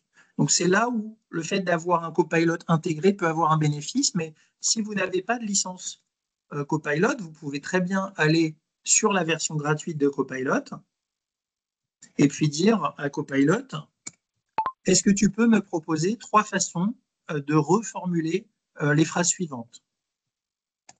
Et donc là, je vais lui mettre entre crochets, alors, pardon, je vais prendre le texte que j'avais dicté au préalable, je vais mettre entre crochets ce texte, et donc là, Copilot, il va me proposer de reformuler de 3 façons différentes l'information. Donc voilà. Donc si je n'ai pas de licence, je vais être obligé de faire comme ça et ensuite de dire ça j'aime bien et donc je vais faire un copier-coller dans Word de l'information reformulée. Si j'ai une licence Copilot, je vais pouvoir directement, je vais le faire sur un texte copié ici, je vais pouvoir directement le faire dans l'interface de mon environnement Word. Donc ça va me faire gagner un petit peu de temps, mais voilà. J'ai demandé de reformuler, par exemple, comme ça. Donc vous voyez, ça c'est ce que j'ai dicté à l'origine. En dessous, c'est une première reformulation ou une deuxième reformulation. Si je lis le résultat, on va aussi s'appuyer sur de la lecture à voix haute. Si je lis le résultat, on utilise aussi de l'intelligence artificielle pour pouvoir améliorer la qualité des voix. Donc, on va regarder ce que ça donne. On va le laisser lancer. Je vais maintenant utiliser la fonction de dictée vocale. Cette méthode peut être particulièrement utile pour les apprenants qui rencontrent des difficultés à prendre des notes. Par exemple, un étudiant peut utiliser Word pour enregistrer les propos du formateur, ce qui lui permet d'obtenir à la fin de la session une transcription complète de ce qui a été dit. Voilà. Donc ça, c'est un exemple d'usage. Donc pour une personne dysorthographe ou pour une personne qui a du mal finalement à formaliser quelque chose, va pouvoir le faire grâce à des solutions d'IA. Alors de la même façon, je fais un copier-coller de mon texte, je dispose aussi d'outils de traduction. J'ai parlé du fait que ne pas parler une langue pouvait être aussi un obstacle pour suivre une formation. Donc là, j'ai choisi dans la liste déroulante, j'ai choisi l'anglais, je fais insérer. Automatiquement, il va traduire le texte que j'avais sélectionné dans sa version traduite. Et je vais pouvoir utiliser de la lecture à voix haute pour lire l'information dans la langue correspondante. Pardon, excusez-moi. Now I'm going to use the voice dictation feature. This method can be especially useful for learners who have difficulty taking notes. For example, a student can use Word to record what the instructor has said, allowing them to get a full transcript of what was said at the end of the session. Vous voyez, la voix est une voix qui a été finalement améliorée avec de l'intelligence artificielle et qui a une voix qui est native à la langue du texte à lire, évidemment. Donc, ça permet d'avoir quelque chose finalement de bonne qualité. Donc ça, c'est des exemples de ce que l'on peut faire avec de l'intelligence artificielle, notamment dans Word. Il n'y a pas de licence en dehors du fait d'avoir Word, c'est disponible nativement, il n'y a pas de fonctionnalité complémentaire à ajouter, c'est standard et c'est intégré en fait dans l'outil. On va continuer, je vais encore parler d'intelligence artificielle par exemple dans PowerPoint. Alors je vais pour cela simplement, je vais peut-être utiliser d'ailleurs le support de cours que j'ai ici à disposition. Je vais aller dans l'onglet diaporama. Dans l'onglet diaporama, je peux cocher la case « Utiliser les sous-titres ». Je vais parler ici en français avec des sous-titres en français. Je me mets en plein écran. Et donc là, je dispose en fait d'un outil de sous-titrage qui est intégré à PowerPoint. Donc si je suis enseignant et que je sais que dans la salle, j'ai des gens qui ont des difficultés auditives, par exemple, je vais pouvoir leur proposer une alternative textuelle à ce que je suis en train de dire. Donc, ça leur permettra de suivre de façon beaucoup plus pertinente la session de formation. Alors, si je suis dans un contexte type Teams, dans Teams, je dispose déjà en fait d'un outil de sous-titrage. Donc, quand on va dans la partie langue et voix, on peut activer ou désactiver le sous-titrage. Donc, c'est disponible nativement. Dans les paramètres d'ailleurs d'accessibilité, je peux lui dire chaque fois que je rentre dans une réunion, je veux que cette fenêtre de sous-titrage apparaisse. Donc, je n'aurai pas besoin de spécifiquement le solliciter à chaque fois. Ça va apparaître par défaut lorsque je vais rentrer dans une session Teams. Et je vais ici pouvoir faire un certain nombre de réglages en termes de taille de caractères, en termes de taille de fenêtre, par exemple. Donc, tout ça, c'est des choses que je vais pouvoir régler dans cet environnement. Et là, on utilise bien entendu aussi de l'intelligence artificielle pour faire ce sous-titrage.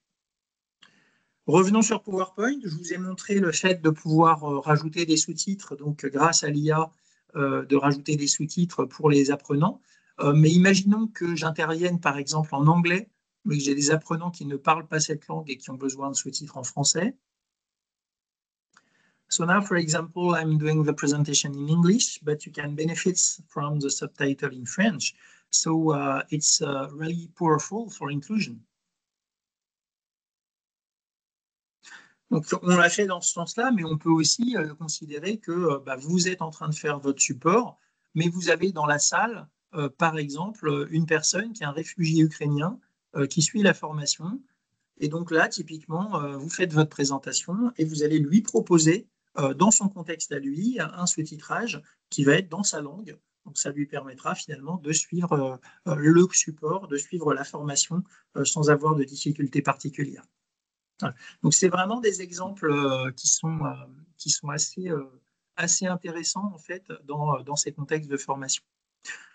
Donc on a vu pas mal de choses au niveau de PowerPoint, au niveau de Word, etc. Donc tout ça évidemment va favoriser l'inclusion en cours.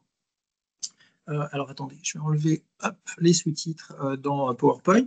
Je vais aller vous présenter 2-3 choses. Donc par exemple, sur de la prise de notes, comme je vous ai montré, on active la dictée vocale, on peut produire donc le texte et puis avec des fonctionnalités, soit avec la version Copilot Chat gratuite de reformulation ou avec le Copilot intégré dans Word, par exemple, disposer d'une alternative de ce qui a pu être dicté à l'origine.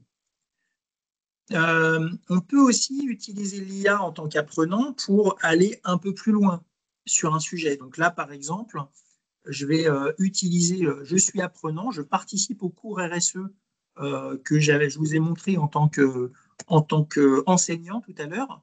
Je vais repartir sur la version gratuite de Copilot et je vais réinitialiser le contexte. Donc là, je lui dis, je suis un homme de 40 ans, je participe à une formation sur les enjeux de la RSE en entreprise. J'aimerais que tu sois mon assistant pour réviser cette formation. Donc là, je lui donne, entre guillemets, un rôle à cette IA. Et ensuite, je lui dis, est-ce que tu peux me fournir une définition des thèmes associés aux enjeux de RSE en entreprise? J'aimerais pour chaque thème que tu me donnes une explication simple. Et donc là, typiquement, je ne suis plus dans la peau du formateur qui est en train de produire son cours, je suis dans la peau d'un participant qui a besoin finalement de pouvoir avoir une synthèse des concepts qui ont été abordés dans le cours. Donc ça peut être des choses intéressantes. J'aurais très bien pu ici joindre le cours. Donc si j'avais le cours en format numérique, je pourrais joindre le cours à cette demande en disant à Copilot, est-ce que tu peux, sur la base de ce document, me sortir les concepts importants qui apparaissent, par exemple.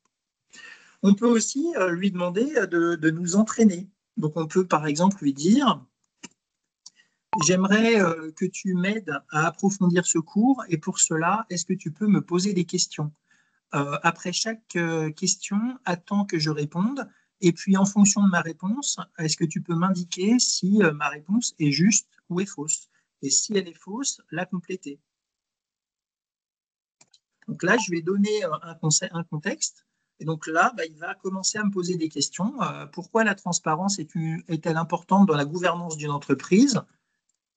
C'est important pour que tout le monde puisse suivre de façon naturelle ce qui est fait dans l'entreprise d'un point de vue RSE et les progrès associés. Là, je lui donne une réponse, c'est peut-être pas la bonne. Donc il va me dire, ta réponse est partiellement correcte. La transparence a un effet important pour renforcer la confiance, la responsabilité, la réputation, etc. Et il va passer à la question suivante. Quelles sont les principales actions qu'une entreprise peut entreprendre pour réduire son empreinte écologique? Il faut s'intéresser à tout ce qui génère du carbone, donc en limitant l'empreinte carbone. Ça peut être par exemple de faire du recyclage, ça peut être aussi d'utiliser des solutions qui vont consommer moins d'essence, par exemple, dans l'entreprise. Voilà, je lui donne quelques éléments et puis on va voir. Il va me dire, ta réponse est bonne, tu as mentionné des points essentiels, voici quelques actions supplémentaires, puisqu'il aura complété. Et donc, etc. Pourquoi la diversité et l'inclusion sont-elles importantes dans une entreprise? La diversité et l'inclusion sont une vraie richesse dans l'entreprise. Ça apporte des thèmes autour de l'innovation.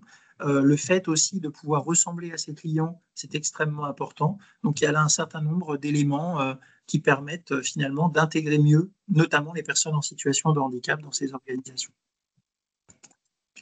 Donc, je lui donne la réponse. Vous avez vu, je vais vite. Je peux l'interroger en utilisant beaucoup ma voix. ce qui me permet, moi, d'être plus agile dans la manipulation d'outils.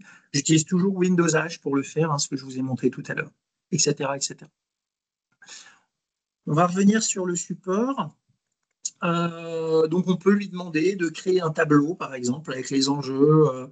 J'ai besoin de réviser une matière, pose-moi des questions, donc ce que je viens de vous montrer. Je peux lui demander aussi de créer une image.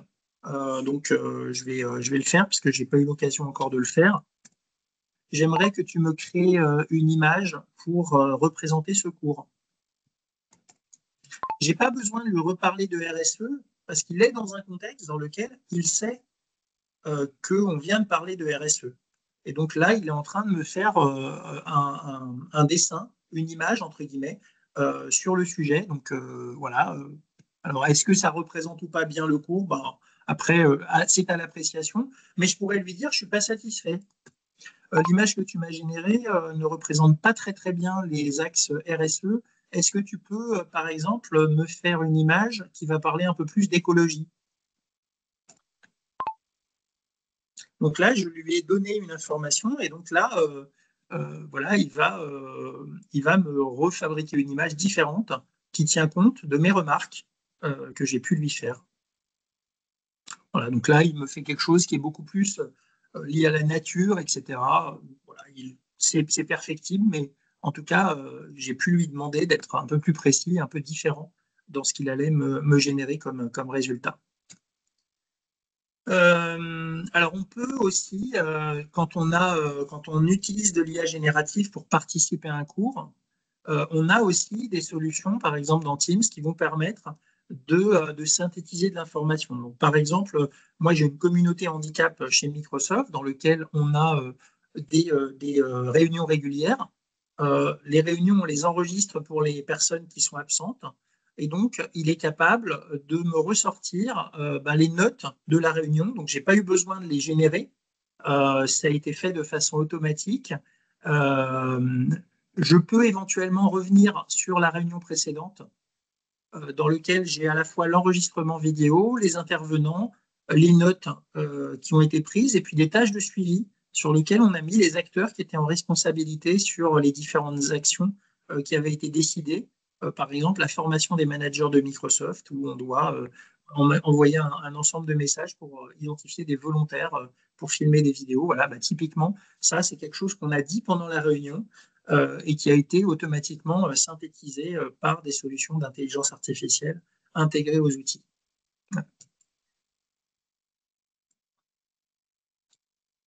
On peut même, quand on est dans une session Teams qui dispose d'un copilot intégré, on peut même poser des questions pendant une réunion. Tiens, je suis malentendant, je n'ai pas bien compris ce qu'a dit telle personne pendant la réunion. Il va pouvoir répondre au sujet. Donc, on peut lui demander un résumé, on peut demander de reformuler quelque chose. Donc, ça peut aider quelqu'un qui a des difficultés auditives à suivre de façon plus confortable une réunion.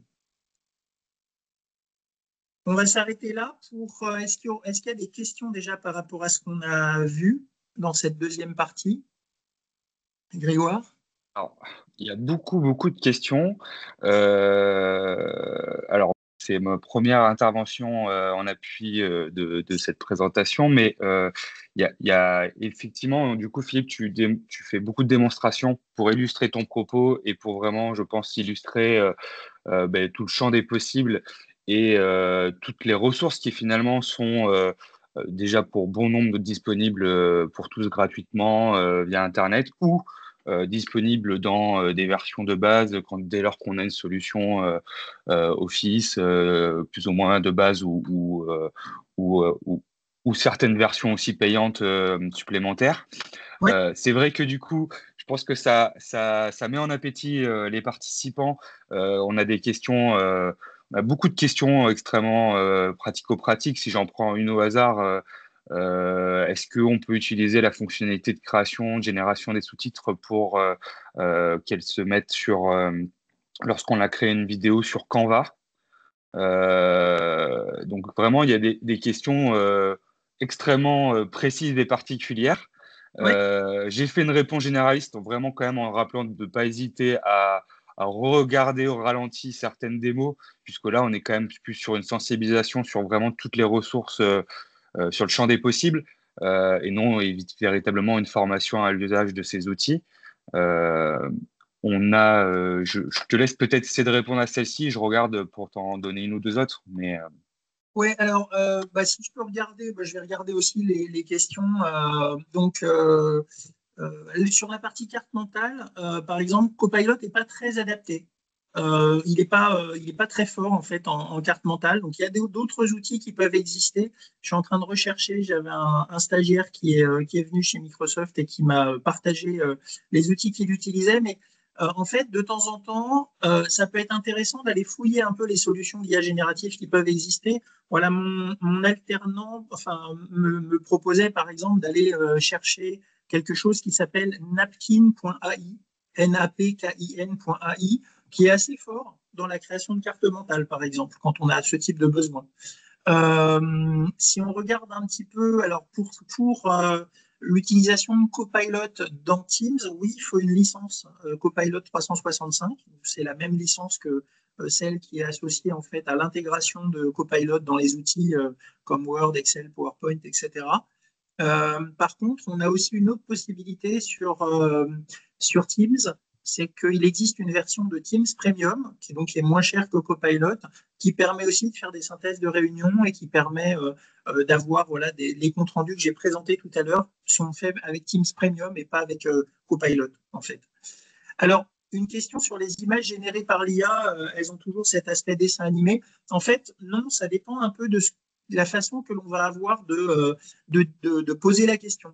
Si on regarde mes supports, toutes les images qui sont dans mes supports aujourd'hui, voilà, donc ça c'est une image qui a été générée avec de l'IA, mais si on prend si on prend par exemple cette image-là, c'est une image qui a été générée avec Copilot. Bon, typiquement, alors c'est une photo en fait, donc ça va vraiment être la façon que l'on va avoir finalement d'interroger l'IA. Cette photo aussi a été faite avec les outils, celle-là aussi. Donc en fait, ça dépend vraiment si je lui dis est-ce que tu peux me créer quelque chose qui ressemble à une photo de quelqu'un, il va plutôt être photo. Si je lui demande de faire plutôt quelque chose qui ressemble à un cartoon, il va me le faire sous forme de cartoon. Donc voilà. Est-ce qu'il y a d'autres questions? On peut se servir de l'IA pour retrouver des informations? Oui. Alors, ce qui est important pour Teams, par exemple, si vous n'avez pas de licence Copilot, vous pouvez très bien simplement enregistrer la transcription de la réunion. Donc, la transcription va vous générer un fichier texte. Et ce fichier texte, vous pouvez très bien l'utiliser dans la version gratuite de Copilot en attachant. Alors, je vais peut-être faire une petite démonstration. Donc, si vous êtes dans la version gratuite et qu'ici, vous attachez en fait un fichier qui est la transcription de votre réunion Teams, vous pouvez derrière lui demander de s'appuyer sur ce fichier de transcription pour poser des questions ou faire une petite synthèse. Donc, par défaut, si vous avez la licence, vous aurez le système qui va vous fournir par défaut la synthèse. Si vous ne l'avez pas, vous pouvez vous appuyer sur l'information textuelle qui est l'enregistrement de la transcription de la réunion pour faire la même chose dans la version gratuite. Est-ce que tu as vu d'autres questions? Oui, on a une question récurrente et sur la fiabilité des résultats générés par l'IA. Oui. Comment on peut, quel est déjà ton retour sur la fiabilité et comment on peut, il y avait des questions aussi sur comment on peut le vérifier, le cas échéant. Alors oui, c'est des bonnes questions. Alors, la fiabilité, elle va varier en fonction de l'usage. Je vais donner un exemple. Si je demande à l'IA de me décrire une photo, la pertinence va être vraiment très très bonne. Aujourd'hui, en tout cas, je suis bluffé systématiquement par la capacité à l'IA de décrire de façon très très précise une image et ça marche bien.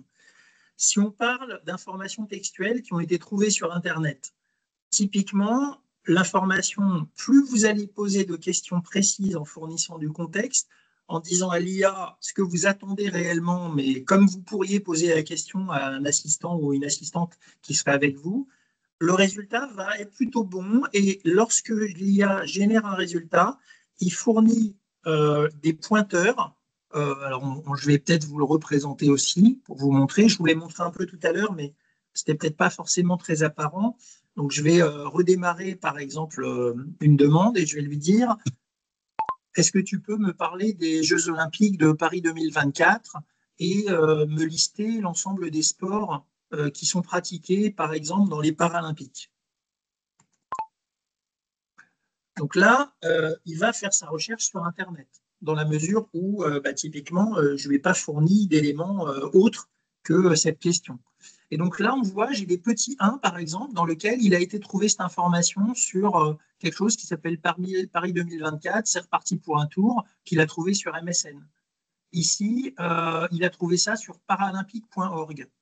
Donc, il fournit les sources, et on le voit à la fin, on a les pointeurs vers les sources qu'il a utilisées pour générer la réponse. Ce qui me permet derrière de me dire, tiens, je vais aller sur le site et je vais pouvoir contrôler l'information si j'ai besoin de contrôler l'information.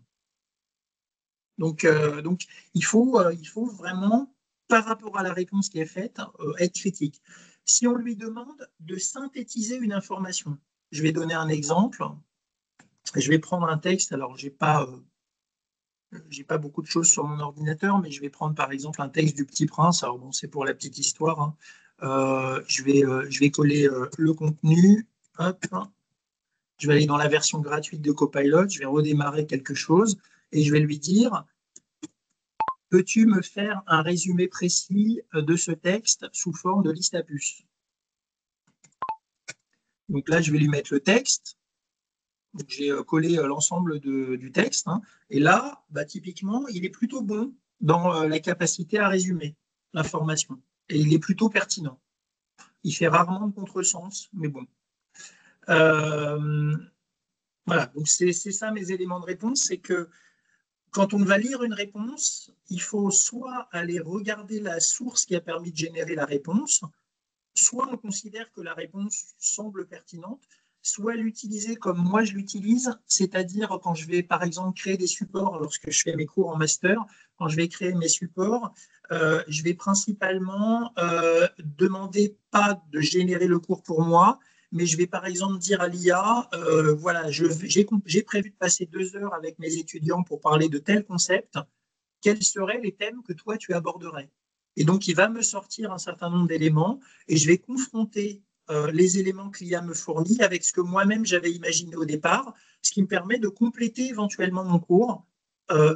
Voilà, donc je ne l'utilise pas de façon brute, je l'utilise plutôt en complément avec ce que moi-même j'ai prévu de présenter.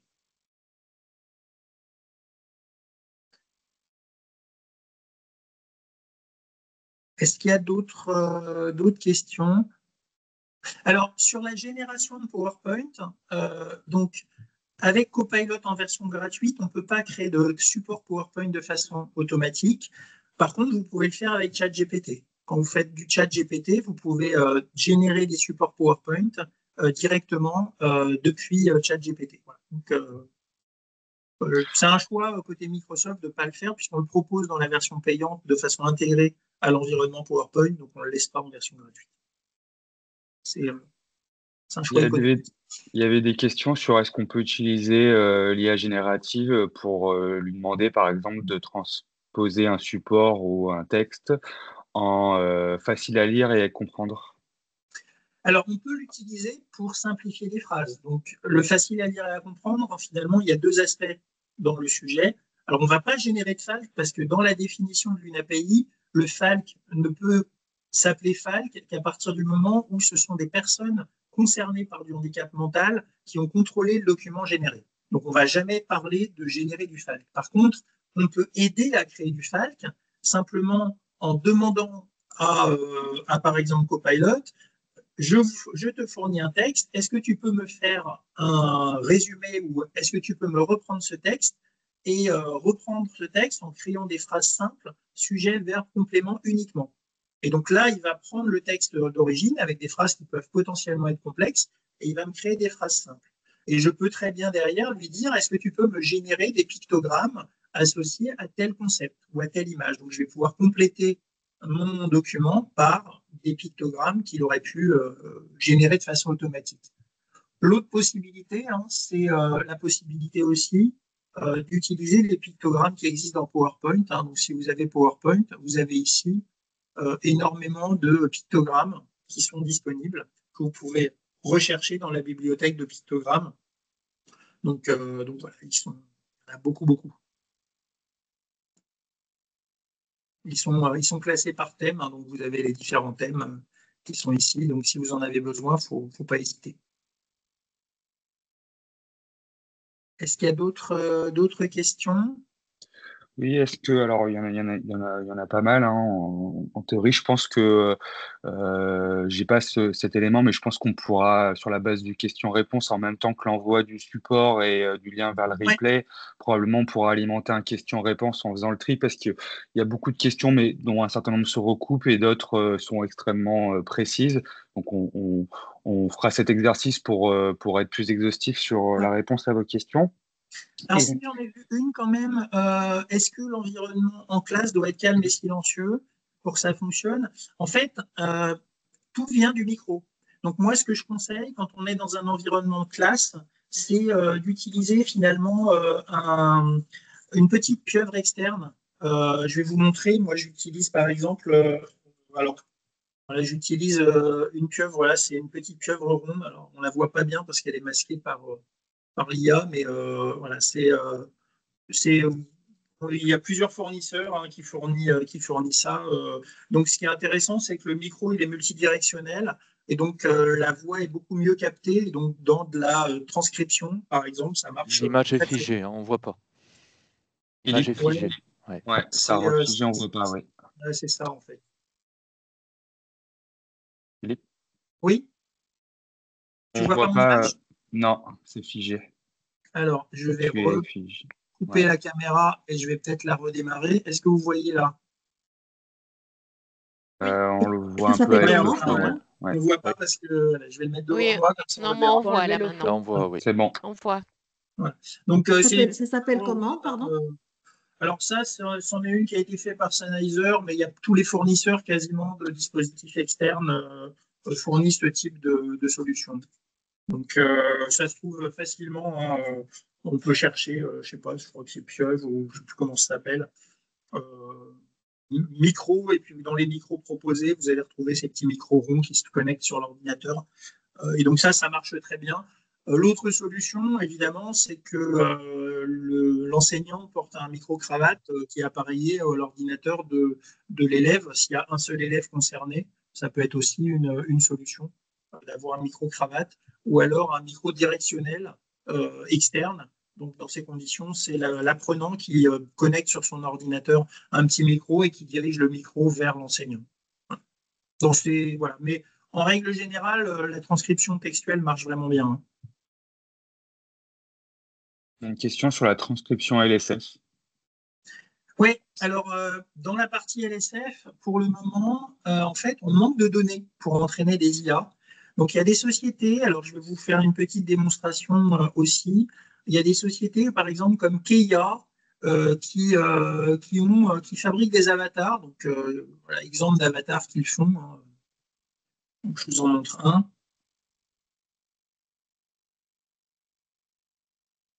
Voilà, donc là, par exemple, j'ai un avatar qui a été généré par cette société. Donc, quand on lui fournit des petites phrases simples, il est capable à peu près de signer, mais il y a encore du travail humain pour corriger, compléter ce qui est proposé en fait par l'avatar. Aujourd'hui, pour pouvoir avoir une IA qui fonctionne bien, il faudrait qu'on ait énormément d'heures d'enregistrement vidéo signées avec une transcription textuelle pour entraîner une IA. Donc il y a des initiatives, hein, je ne dis pas qu'il n'y en a pas, il y a des initiatives aujourd'hui qui sont lancées sur le sujet, mais ça va prendre un petit peu de temps pour avoir suffisamment de données pour que ça soit pertinent. L'inconvénient de la LSF, c'est que d'un point de vue fonctionnement, ça ne marche pas forcément. En tout cas, la grammaire des phrases n'est pas du tout la même que la grammaire d'une phrase, entre guillemets, parlée de façon traditionnelle. Et on a beaucoup de concepts et de contextes de phrases avec l'engagement du corps, avec le mouvement du visage, etc., qui font que ça complexifie le modèle. Philippe, je lève la main parce que je vois qu'il est Ouais. 10h30.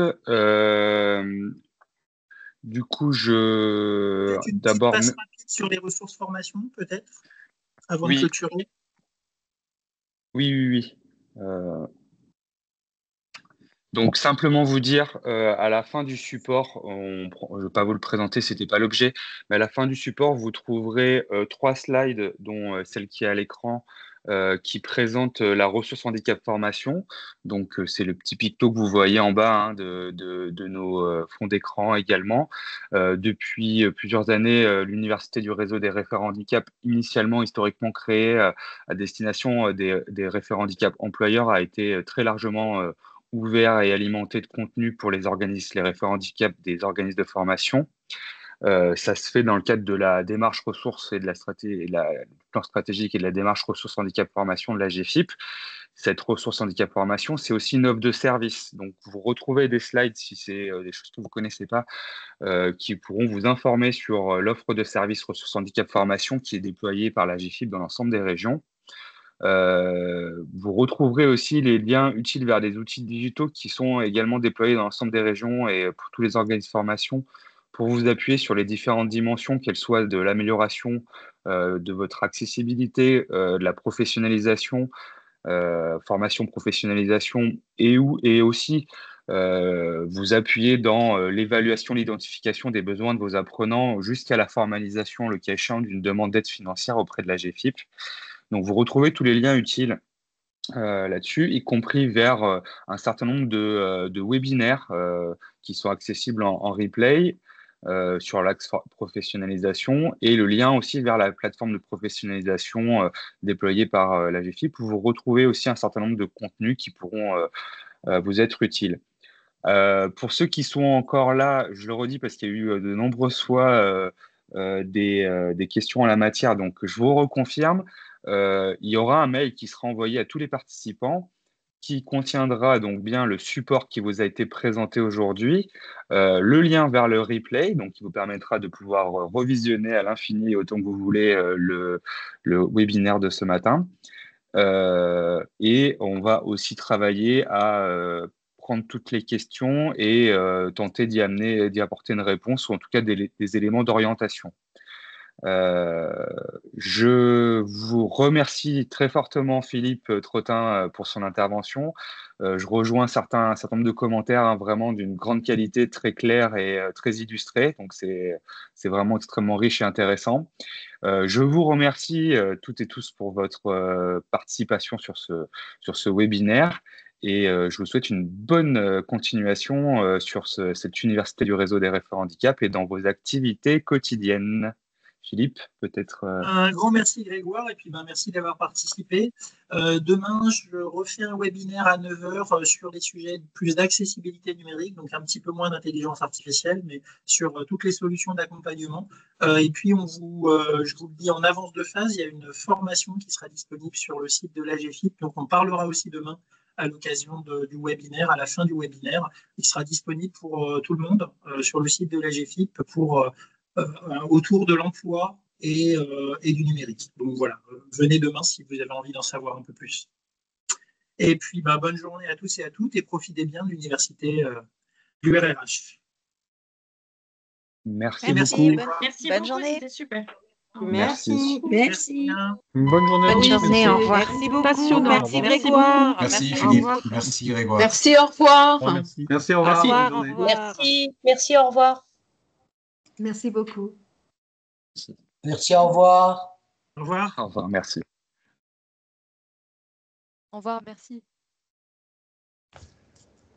Au revoir.